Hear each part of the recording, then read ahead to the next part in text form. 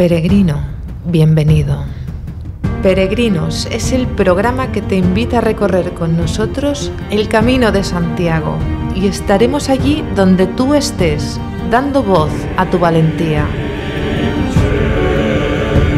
Te contaremos la historia de los lugares por donde pasa, sus leyendas escondidas, toda la información de actualidad y las mejores historias de superación que quedaron impresas en las huellas del camino.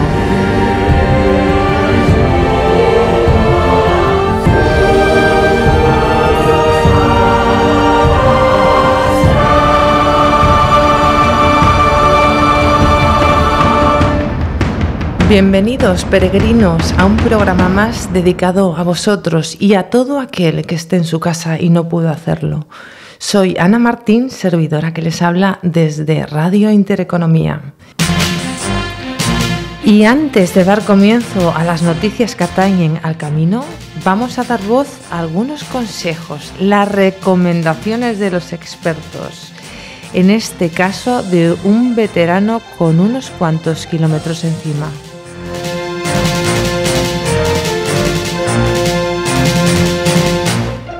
Muy buenas tardes, don Marino Baizán Lobo. Buenas tardes, Ana, ¿cómo estás? Muy bien, ¿cómo se encuentra?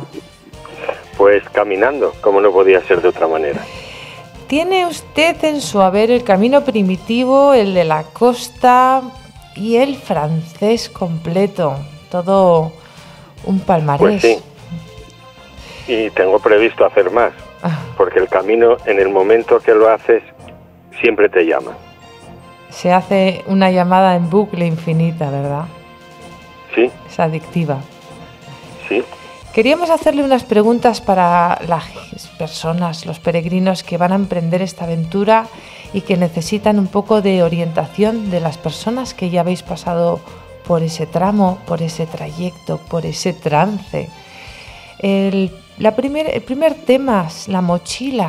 ¿Qué nos recomiendas sobre la mochila? La mochila, para empezar, tenemos que tener en cuenta según en qué época lo hagamos, pero esta no debe pasar de un 10-12% del peso de la persona que la vaya a llevar. Ajá. Entonces, si yo peso, por ejemplo, 60 kilos, no más de 6 sí, y medio, por ahí, ¿no? Efectivamente. Todo depende de cuántos tramos vamos a hacer, cuánto vamos a caminar, pero ten en cuenta que eso lo vas a llevar contigo durante todo el camino. Claro, es tu compañero de viaje. ¿Y sí, qué es aquello que no nos puede faltar en la mochila? ¿Qué son esos 4 o 5 elementos imprescindibles que no pueden faltar? Pues un saco, una cantimplora, después pequeños detalles, como por ejemplo el cordón de una bota. Tú imagínate que vas caminando y te rompe un cordón de una bota y no puedes seguir caminando. Claro. Simple y llanamente por no llevar otro cordón en tu mochila. Claro, porque uno tiene que pensar que a veces pasa por prados con maleza que se pueden enganchar, que la tela se puede romper, que un cordón puede romperse. Sí, algo tan básico como eso. Y además una cosa muy importante, Ana. Si vamos a caminar, ¿qué es lo más importante? Pues el calzado que vamos a llevar. Que yo lo dividiría en 3 partes, si me permites. Sí. Una sería las botas que vamos a usar para el camino. Muy importante cuando las vayamos a comprar, probarlas y que te entre justo por detrás un dedo. Ajá. Después unas chanclas, higiene pura cuando te vayas a duchar en algún albergue, y unos playeros para el descanso, cuando terminas de hacer tu ruta diaria.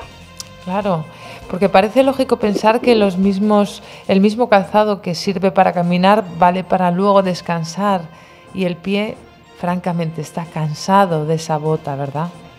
Efectivamente. Entonces, por eso sería interesante llevar 3 tipos de calzado: bota, chancla y playeros. Una cosa que me llama la atención son los bastones, si es uno, si son 2, hay gente que los lleva, hay gente que no. ¿Por qué? ¿Cuál sería tu recomendación?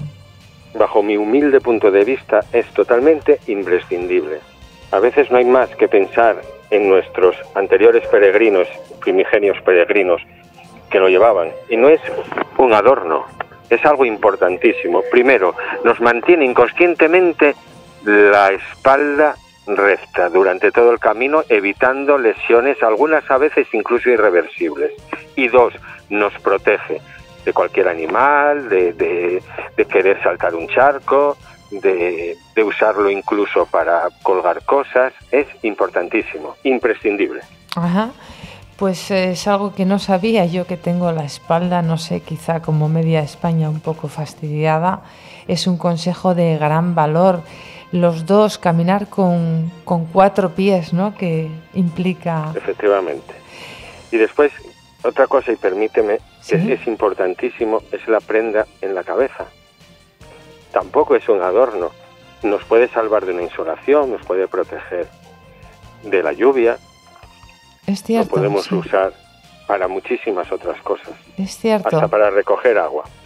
Es cierto, a mí que no me importa mojarme, que nunca llevo paraguas porque siempre lo pierdo allí donde vaya. Es cierto que no considero el sol.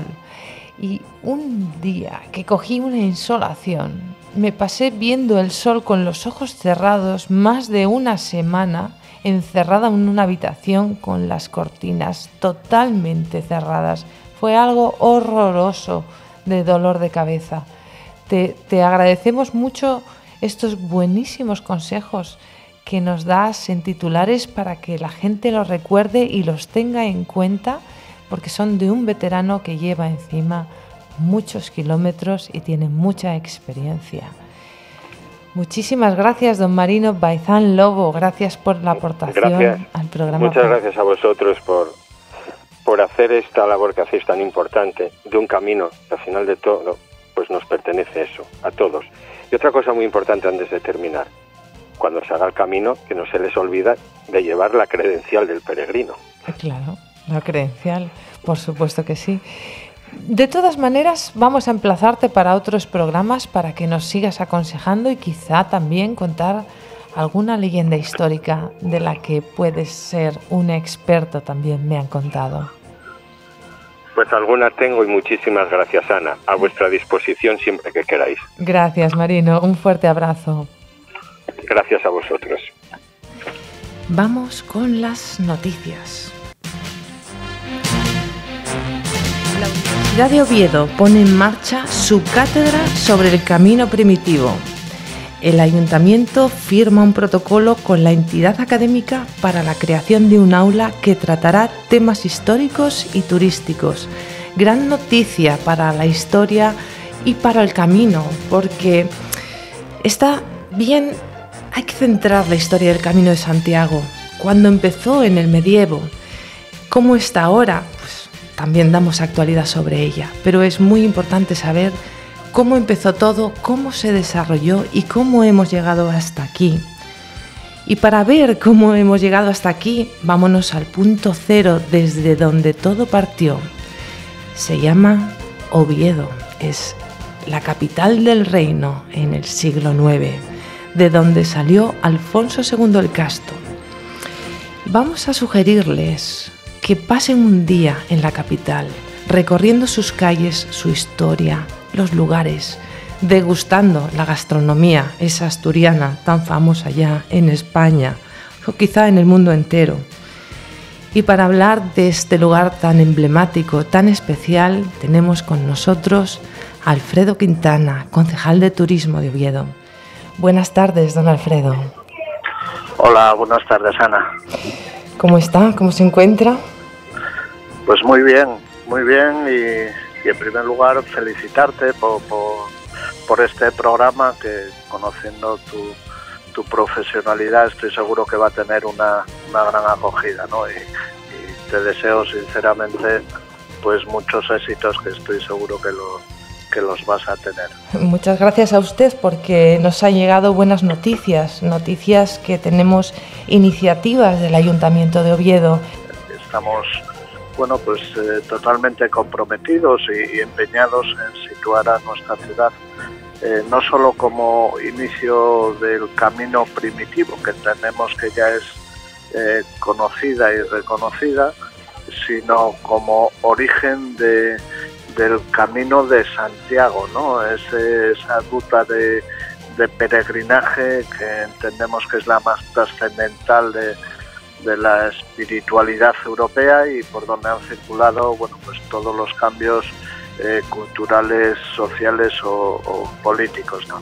Sin duda alguna, bueno, tenemos que dar a conocer la figura de Alfonso II el Casto, el primer peregrino, las reliquias que están en la Cámara Santa, que son totalmente desconocidas, entre las que se encuentra el Santo Sudario, la propia catedral, que tiene el título de Santa Obetensis en función de esas reliquias, la campana Wamba, que es la más antigua en estos momentos del mundo en funcionamiento, sí. Yo quisiera señalar, porque todo el mundo conoce la Sábana Santa de Turín, dónde ir a verla, dónde visitarla, y no todo el mundo conoce que el Santo Sudario tiene otra parte, es aquella parte que tapaba la cara de Cristo. Para los creyentes que tienen fe, este elemento es muy importante y lo custodia la Catedral de Oviedo. ¿Se puede visitar esto, el pañolón? Sí, está en la Cámara Santa y bueno, pues también se saca en el periodo de la perdonanza, el 14 de septiembre, que es la fiesta de la exaltación de la Santa Cruz, se expone ese Santo Sudario y bueno, pues hay la perdonancia o indulgencia que se celebra todos los años, no como en Santiago, que se celebra únicamente los años jacobeos. En Oviedo es algo desconocido también por la mayoría de la gente, pero esa indulgencia se puede conseguir todos los años en el periodo del 14 de septiembre al 21 de septiembre, ¿no? Por tanto, bueno, son muchos los recursos que tenemos vinculados a ese camino, que tenemos que poner en valor y que van unidos también a otras joyas de nuestra ciudad, como son el prerrománico, ¿no? Cinco monumentos que son patrimonio de la humanidad: Santa María del Naranco, San Miguel de Lillo, San Julián de los Prados, la propia Cámara Santa y la Fuente de Foncalada, ¿no? Yo entiendo que nadie puede visitar Oviedo o pasar por Oviedo sin conocer esas joyas, ¿no? Muy bien, esto es estupendo porque en esta promoción donde vamos a incitar a pasa un día descubriendo Oviedo, no solo vayas allí a hacer noche como origen del camino, hemos mencionado el prerrománico, Santullano, San Miguel de Lillo, Santa María del Naranco, la Fuente de Foncalada y, perdón, el quinto era... Y la Cámara Santa. La Cámara Santa, correcto. La Cámara Santa. Donde está el pañolón, perfecto. Donde está el pañolón y otras reliquias, más de 80 reliquias. Sí, que vinieron del Arca Santa, según la leyenda del Monsacro, un monte que está en las afueras de Oviedo. Ese traslado de las reliquias, esa iniciativa de Alfonso II el Casto, poniéndonos en la perspectiva del tiempo, en la época medieval, estamos en plena Reconquista. Teníamos un pequeño problema. Estaba Gallaecia, estaba Astúrica, Cantabria por otro lado, y los señores feudales, digamos, que reinaban con sus propios soldados y ejércitos. El problema que tenía Alfonso II el Casto contra los musulmanes era conseguir la unión de todas estas personas, de todos estos líderes con sus pequeños ejércitos para, digamos, cruzar las montañas, ir comiendo terreno en la península, ¿no? Y el descubrimiento de Santiago, esa salida desde Oviedo, facilitó que se uniera el mundo de la cristiandad y de hecho por ello dimos un gran paso en la Reconquista, que fue bajar las montañas, traspasar las montañas, que acabó pasando el reino de Asturias a León. Y una pregunta, la credencial se consigue en la catedral, ¿es cierto, verdad esto? Sí. Muy indispensable para todo aquel que vaya a visitar Oviedo y quiera pasar un día allí. ¿Qué puede comer que sea diferente, que solo encuentre allí o que no se pueda perder? Podemos disfrutar de los tradicionales platos asturianos por excelencia, como puede ser la fabada, el cachopo, el pote asturiano, el arroz con leche, pero también tiene menús muy consolidados, ¿no? En ciertas épocas del año, como la tosu, la ascensión, el desarme, incluso bueno, pues las jornadas de bocados del cofrade en la Semana Santa que llaman por la 10ª edición, ¿no? Pero también bueno, pues hay muy buenos restaurantes reconocidos en distintas días que elaboran magníficos platos con productos con materias primas de proximidad, ¿no? De nuestra tierra, de calidad, que muchos cuentan con denominaciones de origen protegidas o indicaciones geográficas protegidas, como pueden ser la sidra, los quesos bueno, pues, de Gaboneo, Cabrales, Afuegalpitu, Casín y Bellos, son los que tienen denominación, la fava asturiana, el chosco de Tineo, la ternera asturiana o el propio vino de la tierra de Cangas, ¿no? Con una magnífica repostería, ¿no? Y con pastelerías de mucho prestigio a nivel nacional y con productos muy reconocidos también a nivel nacional, como son los carballones o las propias moscovitas, ¿no? Sí. Y luego disponemos de áreas muy concretas que concentran distintas tipologías de establecimiento, como puede ser por un lado la Ruta de los Vinos, por otro el Boulevard de Gascona, por otro el Oviedo Antiguo, la propia Avenida Galicia o el propio Fontán, que son bueno, pues ambientes totalmente distintos unos de otros, pero que concentran, como decía, bueno, pues una hostelería de calidad. Bueno, pues amigos, no podemos ofrecerles más cosas para que pasen un día al menos visitando Oviedo como origen del camino, unos monumentos únicos, la historia que dio lugar a todo, una gastronomía sin igual. No pueden perderse Oviedo como capital, como origen del camino. Muchísimas gracias, don Alfredo Quintana, por atendernos en Peregrinos, en Radio Intereconomía, y esperemos que todas estas iniciativas den su fruto y la afluencia este año recupere la normalidad. Muchas gracias a ti, Ana, y mucha suerte. Gracias, un abrazo muy fuerte. Bueno, pues ese tema que ha salido también en Oviedo, ese tema controvertido de las reliquias para quien sea creyente, para quien no lo sea. En la época medieval hubo un tráfico de reliquias, estaban muy valoradas, la gente necesitaba dinero. Dicen que hay tantos trozos por el mundo de la cruz de Cristo que se podría construir una casa.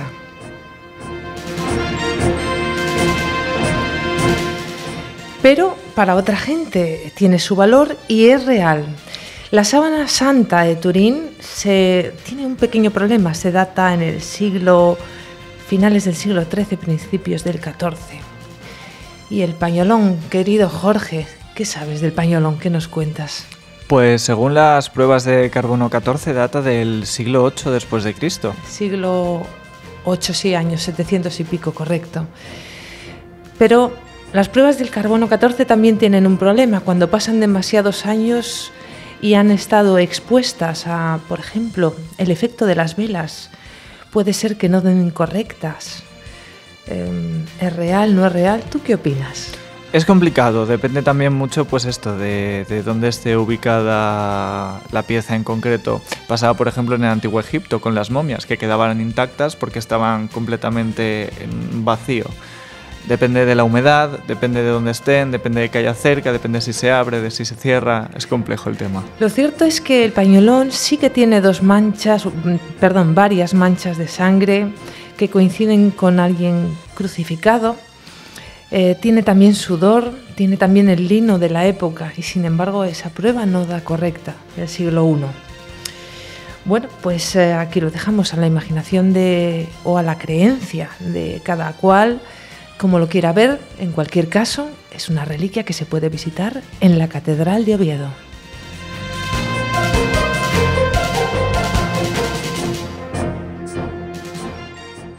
Estás escuchando Peregrinos en Radio Intereconomía. Y vámonos a la sección Un paseo por la historia. Hoy Javier Esparza nos acompañará para entender mejor la historia de aquellos lugares por los que estás pasando, peregrino. Y nuestro colaborador habitual, Esparza, es el autor de La gran aventura del Reino de Asturias, un bestseller que comienza en Covadonga y tras pasar por Pravia establece la corte en Oviedo. Recuerda, peregrino, miles de años han pisado antes que tú las huellas por las que estás pasando. Muy buenas tardes, don José Javier Esparza. ¿Qué tal, Ana? ¿Qué tal, amigos? Vámonos al punto cero de donde todo empezó, a Oviedo, esa corte del rey Alfonso II el Casto. ¿Qué fue lo que lo hizo tan especial para marcarlo como punto inicial del camino? Bueno, es la huella 1. La huella 1 del Camino de Santiago, de estas huellas que dices que han pisado miles de años, ¿verdad? Es precisamente en Oviedo, porque es allí donde se recibe la noticia de que ha aparecido la tumba del apóstol, y quien la recibe es precisamente el rey Alfonso II el Casto a principios del siglo IX, en fecha indeterminada, pero que puede ser de 813 a 820, por ejemplo. Y te puedes imaginar la conmoción que fue en la cristiandad de aquel momento. Es decir, el mundo cristiano español estaba absolutamente acogotado en los montes cantábricos. La civilización islámica predominaba en todo el Mediterráneo, y más allá, desde la India hasta la península ibérica, y de repente lo que aparece es una auténtica promesa, una auténtica esperanza, que era la tumba del apóstol Santiago, nada menos en el rincón noroeste de la vieja Hispania romana, ¿no? De inmediato se organizó una primera peregrinación, que fue la del rey Casto con su gente, que yo novelaba en algún lugar, por cierto, porque debería de ser digno de verse, y fue el primer peregrino, el rey Alfonso. Si tenemos en cuenta además, Javier, que aquella... Perdóname. Sí, te voy a interrumpir. Dinos cómo era Oviedo en aquella época. ¿Qué se puede visitar en la actualidad que viera también el rey Alfonso II el Casto en el siglo IX? Pues ahí quería ir precisamente, porque claro, es que Oviedo en aquel momento se estaba convirtiendo ya en una capital. Oviedo había conocido, desde que llega Alfonso II al poder, al menos 2 asedios, 2 destrucciones consecutivas por parte de los musulmanes, expediciones de saqueo fundamentalmente, y había conseguido edificar allí una capital. Había empezado a traer, lo sabemos por los sueldos de plata carolingios, por ejemplo, había empezado a traer orfebres, artesanos, arquitectos, etcétera, un poco de todas partes para construir una auténtica capital de un reino. En realidad todo está debajo de donde hoy está la catedral. Donde hoy está la Catedral de Oviedo, en esa gran explanada, la enorme catedral, la iglesia de San Tirso pegadita, etcétera, ahí estaba todo lo que era aquel Oviedo alto medieval de Alfonso II el Casto, que tenía por lo menos 3 iglesias, una catedral, donde hoy está San Salvador, la Basílica de Santa María, detrás la Magdalena, enfrente San Tirso, alrededor la muralla. Estaba empezando a ser una auténtica capital digna de ese nombre, y buena parte de esos vestigios todavía se encuentran en la catedral actual. ¿Y la iglesia de Santullano fue posterior? La iglesia de Santullano es una preciosidad, todo el arte. Esa es de época de Alfonso II el Casto, no sé las del Naranco, porque esas son posteriores. Hay quien dice que fue, por así decir, un campo de pruebas arquitectónico. Y realmente es muy posible, está lejos, está fuera, está en lo que se cree que eran dominios propios de la familia del rey, ¿no? Claro, porque está fuera de las murallas. Totalmente, claro. Y además, en principio, camino de ninguna parte, porque ¿a dónde vas por ahí? Bueno, hay quien piensa, como Jorge Codovilla, por ejemplo, que en realidad fue un campo de pruebas por la construcción. Es decir, cuando empiezan a llegar arquitectos, y según las crónicas un tal Tioda, un personaje enigmático que debe ser interesantísimo, a Oviedo para empezar a hacer cosas, San Tirso, por ejemplo, lo primero que se hace, se supone, es Santullano, San Julián de los Prados, sí, como ejemplo, piloto, digamos, de la arquitectura que a partir de ese momento se iba a desarrollar. La Catedral de San Salvador ya existía desde los tiempos de Fruela, sino antes, porque es justamente ahí donde aparece la colina del Monte Ovetus, sí, donde aparece la ciudad. Eso ha pasado un poco como lo de Santiago, ¿no? Que se ha reconstruido una sobre otra, y de una pequeña capilla ha terminado siendo una gigantesca catedral. Claro, edificadas. Exactamente. La Catedral de San Salvador se sabe que era grande. No tan grande como lo que vemos ahora. Adosada estaba la Basílica de Santa María, que ahora está, por así decir, incorporada dentro, claro, 1200 años después, ¿verdad? Incorporada dentro del gran complejo de la catedral. Los palacios episcopales eran un edificio al margen. Todavía existe la Torre de San Miguel, la iglesia de San Tirso, que al parecer fue otro experimento piloto y solo se conserva en un friso, ¿verdad? Y esa torre que nos comentaste una vez, que servía de como la cámara de la caja fuerte de aquella época, pues ¿no? De tesoros, así es, efectivamente. Esa es la torre que está adjunta a la catedral, que debió de ser parte de la estructura original, ¿no? Eso es. ¿Es donde está ahora el Pañolón, quizá? La Cámara Santa. Esto es una historia. La Cámara Santa, sí, correcto. Claro, realmente nadie sabe exactamente cómo era. Y habría sido imposible de no ser porque en la Revolución del 34 la UGT voló la Cámara Santa. Y al volarla aparecieron un montón de cimentaciones de las edificaciones originarias. Y a partir de ahí ha sido posible reconstruir cómo pudo ser todo aquello, primero con los planos de Uría en los años 40, que es un trabajo francamente bueno, y luego con las reconstrucciones de Borja Cordovilla. Hay una web que se llama Mirabilia Obetensia, quiero recordar, que yo aconsejo porque son reconstrucciones virtuales en 3D de cómo podía ser cada uno de aquellos edificios, que hoy son imposible distinguirlos porque tenemos encima la catedral, ¿verdad? Pero que es muy interesante. Y donde, por cierto, está también una reconstrucción de San Julián, de cómo era originalmente, que es muy parecido a cómo es hoy, y que sirve de guía para entender cómo era aquel Oviedo maravilloso, casi visigodo en realidad, de Alfonso II el Casto, en el momento en el que llega alguien a decir: ha aparecido la tumba de Santiago. Y sale el rey a verificar aquellas luces misteriosas. Exactamente. Pues muchísimas gracias por esa clase magistral de historia que siempre nos das. Quien quiera saber más de la gran aventura del Reino de Asturias puede comprar perfectamente tu libro. Es una maravilla. Y nos vemos en los siguientes programas. Muchísimas gracias a todos. Un abrazo muy grande. Un abrazo, chao. Y les recuerdo nuestras vías de contacto: el WhatsApp, donde nuestro querido Jorge recepcionará sus mensajes, el 6... ¿Cuál era, Jorge? 623 00 19 39. Gracias.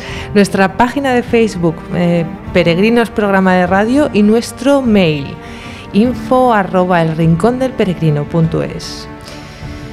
Y hoy tenemos con nosotros a un peregrino muy especial, un experto de la radio también. No también por mí, también por otra mucha gente. Rafa González, ¿cómo estás? ¿Qué tal? Buenas tardes. Muy buenas tardes. Es un peregrino que quiere comentarnos un tema sobre el Camino del Norte, en especial de Cudillero, un pueblo precioso de Asturias.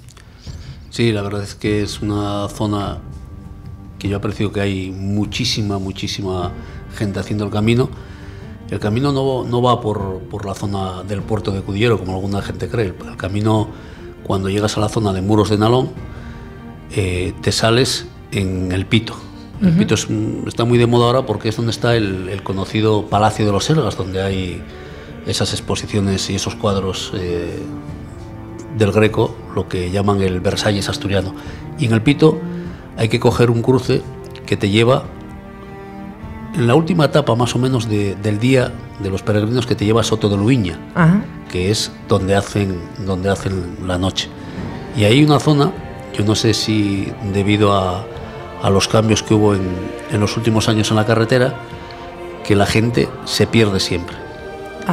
Pero siempre. Es prácticamente todos los días te aparece algún peregrino preguntándote por qué se ha perdido. ¿Y esto es pasando el Pito? Sí. ¿O llegando? Justo cuando llegan al Pito, ellos ahí tienen que coger dirección la Concha de Artedo. Dirección a Concha de Artedo. Que es otra zona preciosa, magnífica, con una playa muy bonita. Sí. Bien. Y ahí vienen por un camino que hasta esa zona está bastante bien señalizado, pero cuando llegan entre el Pito y lo que sería la parroquia de San Juan de Piñera, que es donde se tienen que desviar para coger la Concha de Artedo, ahí hay un tramo que está pésimamente señalizado. Mejor, no hay señalización. ¿Por qué digo esto? Porque hay una zona donde la Nacional 634 te llevaba hasta San Martín de Luiña, Concha de Artedo, San Martín de Luiña y Soto de Luiña, que sería la última parada, ¿no? Ese tramo de carretera en su día era un puente, un viaducto que se cortó, y ese viaducto no tiene salida, muere, pero no está indicado. Hay unas vallas para que no pasen coches, porque obviamente al no existir el viaducto, pero el peregrino cree que él puede pasar por ahí, y de hecho hay una indicación que nadie se ha molestado en quitarla del Camino de Santiago. Claro, ellos llegan allí y después de recorrer como 1 kilómetro se dan cuenta que eso no hay salida, que se muere, y tienen que retroceder otra vez sobre sus pasos y volver al cruce de la zona de las Dueñas, el Reyallo, que es donde cogerían una senda que te lleva justo a la Concha de Artedo. Claro, y esto es pésimo porque vienen cansados, claro. se cae la noche y encima se confunden, lo cual desorienta y crea bastante incertidumbre. Pues es una buena recomendación y te agradecemos que hayas puntualizado esto para que... ¿Quiénes son las autoridades competentes para hacer esta señalización? ¿El Principado de Asturias, quizá? El Principado, yo creo que los ayuntamientos tienen mucha tela que cortar también, ¿no? Yo creo que es más dejadez que otra cosa, porque sería hacer una revisión de la señalización, que más que tema económico, que siempre nos dicen no hay dinero para nada, pero yo creo que es un tema de buena voluntad y de esforzarse un poco, porque poner 3 señales no es un problema de dinero. Ayuntamiento entonces de Cudillero para que refuerce esa señalización y nuestros peregrinos no se pierdan en ese tramo que hacen más kilómetros y a veces tienen que pasar la noche a la intemperie. Muchísimas gracias, Rafa González, por tu aportación al programa Peregrinos. Gracias a ti, Ana, que vaya todo muy bien. Gracias. Un abrazo. Gracias.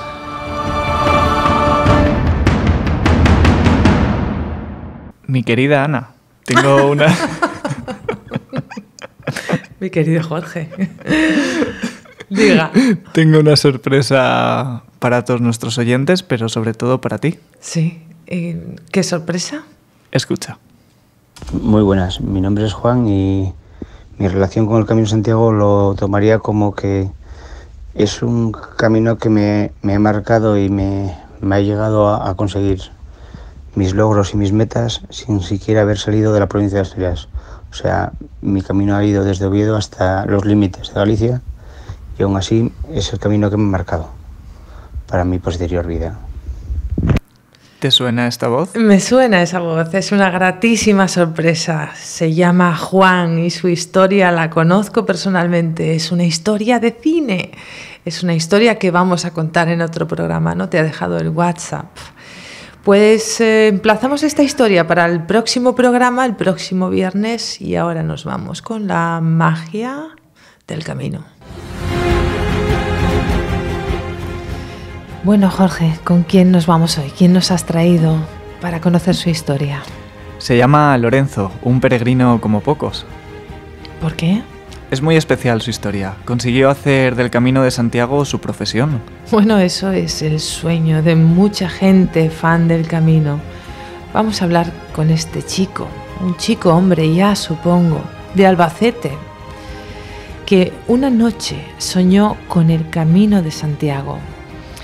Esto me recuerda a El alquimista de Paulo Coelho, aquel pastor que soñó con un tesoro escondido y que tras aquello decidió abandonar su vida para ir tras su sueño, que era encontrar aquel tesoro. Así que como ese pastor de aquel libro, nuestro protagonista reunió todos los pequeños ahorros que le quedaban y se fue a emprender la aventura del Camino desde la entrada por Francia. En los años a continuación, el drama abordó su vida. Su novia sufrió un derrame cerebral y el cáncer le quitó a su madre en pocos meses la vida. Seguramente nadie está preparado para asimilar tantas cosas en tan poco tiempo. Pero de ella, de su madre, quiero resaltar algo que dice de una gran belleza. Ella me dio siempre grandes lecciones de vida y también me dio una lección sobre la muerte. Vamos a hablar con Lorenzo.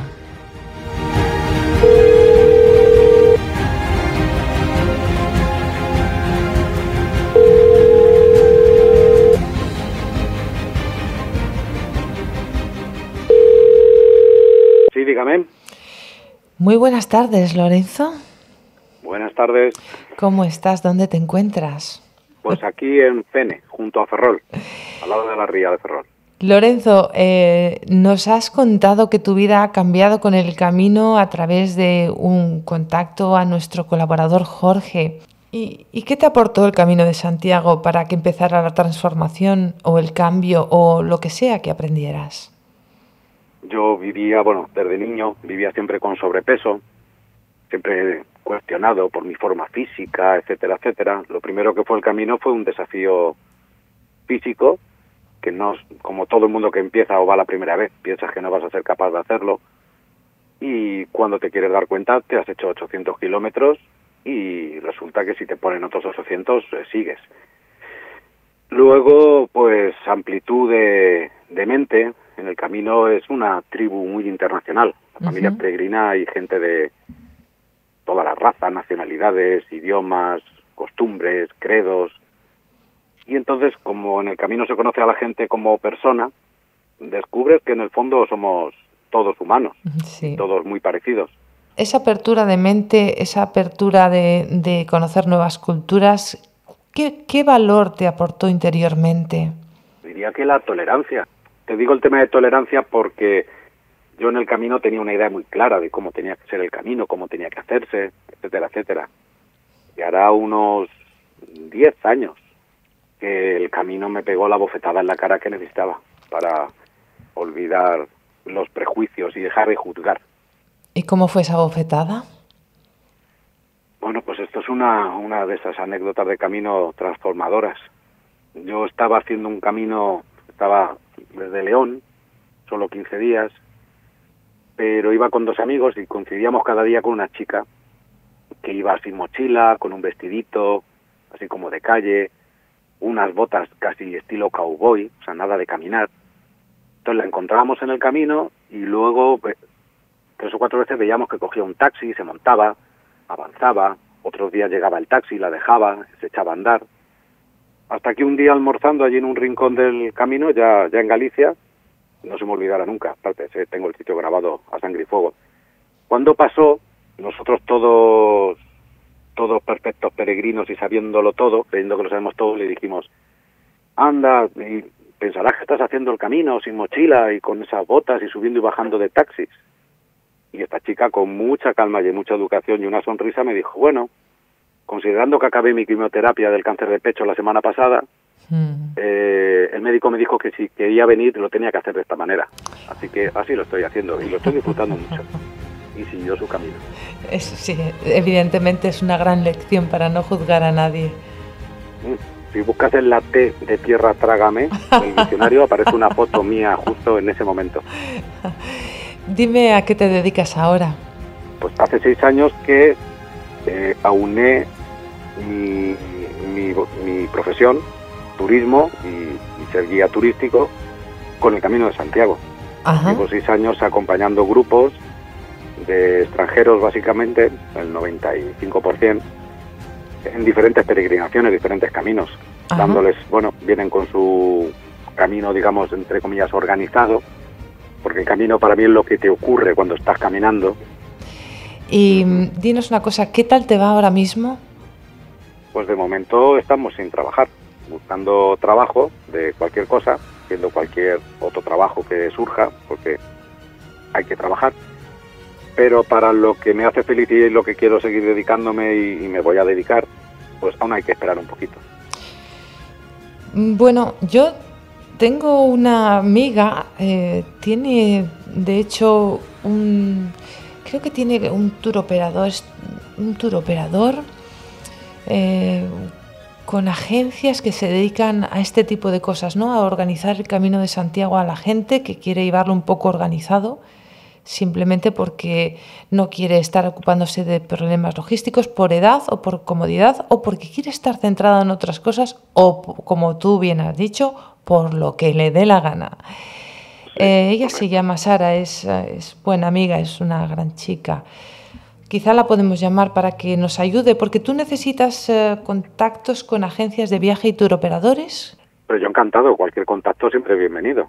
Un segundo, Jorge, ¿podrías contactar con Sara Navarrete, mi amiga que está en la lista de contactos, un momento? Vale, sí, creo que... ¿La llamo? Sí. Voy a llamarla, voy a llamarla. Bueno, qué sorpresa.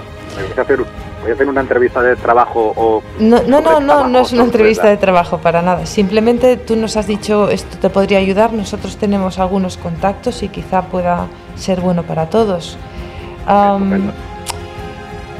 Sara tiene un tour operador que se llama Essential Tours.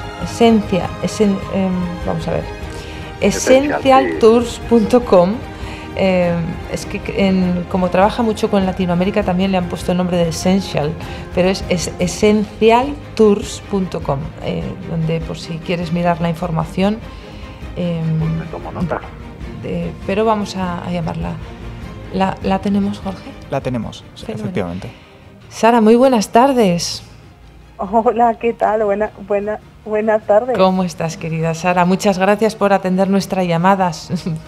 Verás, te llamo desde la radio, no desde mi teléfono, porque tenemos un amigo que se dedica a ser guía turístico en Santiago y en los distintos caminos de Santiago.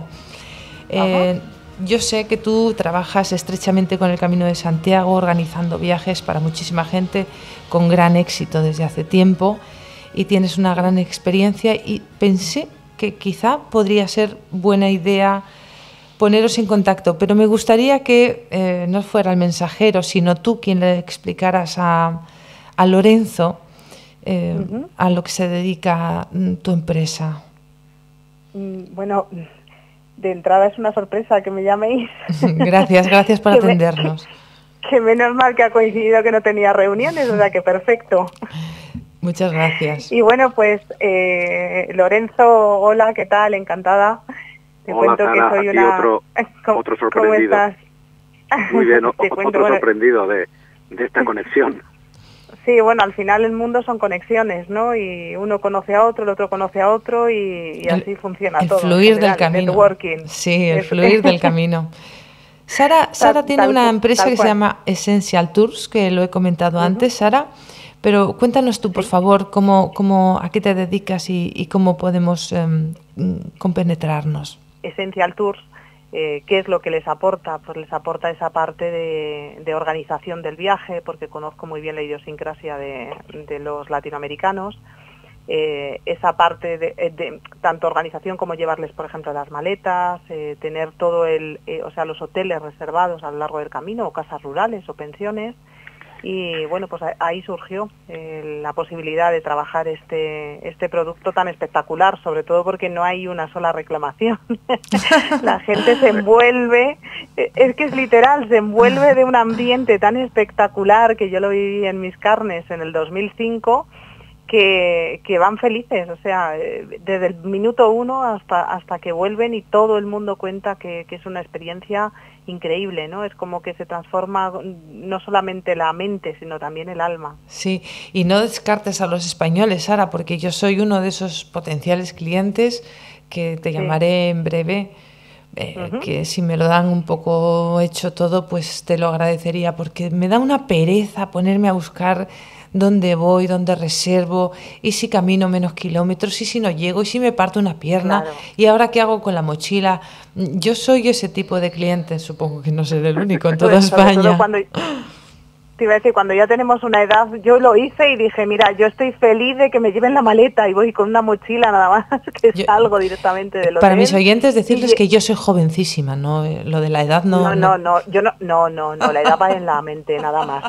Lo que pasa es que luego nos pasa factura, pero nada más. Pero sí, tenemos también mercado español. Lo que pasa es que este producto lo orientamos en un principio a mercado latinoamericano y ahora sí que es cierto que cada vez se vende más en España porque... Para hacer el Camino de Santiago hay que disfrutar, no es necesario sufrir como tal físicamente. Claro. Entonces, si además podemos aliviar esa parte y que la gente lo disfrute y que lleguen además con ganas luego de salir a tomar un vino, de mezclarse con la gente en cada pueblo, en cada ciudad, que es algo mágico, ¿no? Lo que envuelve todo el Camino de Santiago. Y que es algo que patrocina el programa, que la gente se pare en los lugares a conocer las gentes, degustar la gastronomía. Claro, si estás hecho polvo, si no sabes dónde dormir, o si el albergue está lleno y tienes que caminar otros 20 kilómetros para llegar al siguiente siguiente punto. Es un poco un sufrimiento que quizá no estaba en el plan. Claro, y pierdes tiempo, ¿no? Y al final los viajes, ¿de qué se trata? De disfrutar cada uno de los minutos que tienes de tu tiempo libre, que es el ocio, y ese tiempo es el que no se puede comprar. Entonces nosotros sí que pensamos mucho en eso, de cara al cliente. ¿Y tenéis servicio de guías en estos caminos? ¿Servicios que te vayan explicando los monumentos, la historia, qué pasó por aquí, qué hay que ver allá, etcétera, etcétera? Sí, hay de todo. Bueno, hay clientes que los circuitos en un principio están organizados sin guía porque es que la gente sale a la hora que quiere y demás, pero bueno, hay personas que en el tailor-made, o sea, cuando nos piden que les hagamos el producto a medida, quieren ir acompañados con un guía que les guíe, que les oriente durante todo ese camino, que les cuente esas peculiaridades que de otra forma no sabrían, no podrían encontrarlas, ¿no? Claro. Porque eso, bueno, Lorenzo supongo que será un experto por lo que estoy viendo, ¿no? Por lo que he visto en unos minutos, que si hace el Camino de Santiago, él sabe ese tipo de peculiaridades y de información. Hombre, tú sabes, Sara, que aparte de la logística y bueno, y explicar monumentos que uno encuentre, pero luego, como tú bien dices, la idiosincrasia del lugar al que vienen, depende si vienen, porque tú sabes que el camino es infinito. No es lo mismo salir de Granada por el mozárabe que desde Irún con el norte, o Lisboa el portugués, o desde Sarria, que ya estás en Galicia. Lleva mucho tiempo recabar toda la información necesaria cada vez que se llega a un lugar y recabar la buena información, porque no solo es, claro, hay 30 sitios que ver, pero uno no puede ir a los 30. ¿Cuáles son los 5 más interesantes? Bueno, pues eso planificado con vosotros y donde un guía te explique la historia, pues es cierto que se ahorra ese tiempo que decís que no se puede comprar de forma correcta. Sara, esa es una parte, Ana. Esa es una parte, pero hay otra parte que es esa magia que los guías son capaces de transmitir. Ajá. Esas historias. Ahí la damos, Sara, muy bien. Lo de las meigas, ¿no? De haber las ailas, pues esto es tal cual. Claro. Cuando un guía te explica las cosas, te envuelve, te enamora, te hace viajar solamente con la imaginación a través de la historia. Y eso, por mucho que lo tengas puesto en un libro, que aparte vas a tardar mucho más tiempo, no tiene nada que ver cuando un guía lo pone en práctica. Nada que ver. Luego, además, Sara, tú que has hecho el camino, también has caminado, el acompañamiento psicológico, esos momentos que hay en el camino, que ya no tienen que ver con la historia, el paisaje, la cultura, etcétera, sino la gente que camina 20, 25 kilómetros diarios, tiene sus momentos, tiene sus fases, que hay que entenderlas, que momentos de mal. El efecto de caminar en la naturaleza muchas horas libera mucho la mente y se llegan a conclusiones y a reflexiones y a cosas que también llevar a alguien que haya hecho muchos caminos, pues aporta un toque de comprensión y sin punto duda de vista que para ese peregrino. La que a veces experiencia es un grado y es algo que también aportas a la hora de acompasar a una persona. ¿Te parece que hay encaje con Lorenzo posible en un futuro próximo o a medio plazo de que pueda haber algún tipo de colaboración? Sí, hombre, claro, cómo no, que podemos hablar, déjale mis datos de contacto y bueno, pues cuando tengamos posibilidad de grupos, que es normalmente cuando suele pedir la gente, podemos incorporarle a nuestro portfolio, ¿no? de guía. Lorenzo, muchísimas gracias, Sara, por esta atención que tienes tan amable, con esa dedicación que muestras también en la oferta de tus viajes, que inclúyeme en una de tus siguientes clientas, por favor. Pues muchísimas gracias a los dos por vuestra colaboración.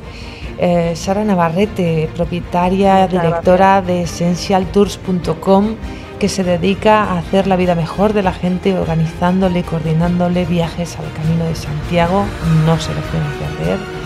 Y Lorenzo Merín, un guía turístico especializado en el camino al cual pueden contratar para que les explique la historia, para que sepan por dónde pasa y qué ocurrió y puedan vivir el camino en su total dimensión. Muchas gracias, amigos, por vuestra colaboración. Un abrazo muy grande desde Peregrinos, Radio Intereconomía. Gracias, Sara. Gracias, Lorenzo. Un abrazo fuerte y muchísimas gracias. Un abrazo, Sara. Chao. Gracias. Adiós, igualmente, Lorenzo. Chao. Adiós. Y hasta aquí, amigos, un programa más de Peregrinos en Radio Intereconomía. Hoy hemos ido al inicio de donde todo partió. partió Oviedo, la capital del reino en el siglo IX, con Alfonso II el Casto, el primer peregrino de la historia. No pierdan nunca esa curiosidad. Jorge, ¿tú qué has aprendido hoy de la magia de nuestro camino? Bueno, aparte de todo lo que hemos aprendido de la génesis del camino de Oviedo, el camino primitivo, he descubierto que podemos hacer del camino nuestra profesión, como le pasó a Lorenzo. Haciendo contactos entre quien lo necesita. Efectivamente. Pues estaré encantada de ayudar a todo aquel que lo necesite. Nuestra entrevista con Rafa también, recordando que hay que señalizar esa parte mejor en Cudillero, y esto conecta con las 28 conchas de bronce que señalizan el itinerario del Camino de Santiago en Ávila.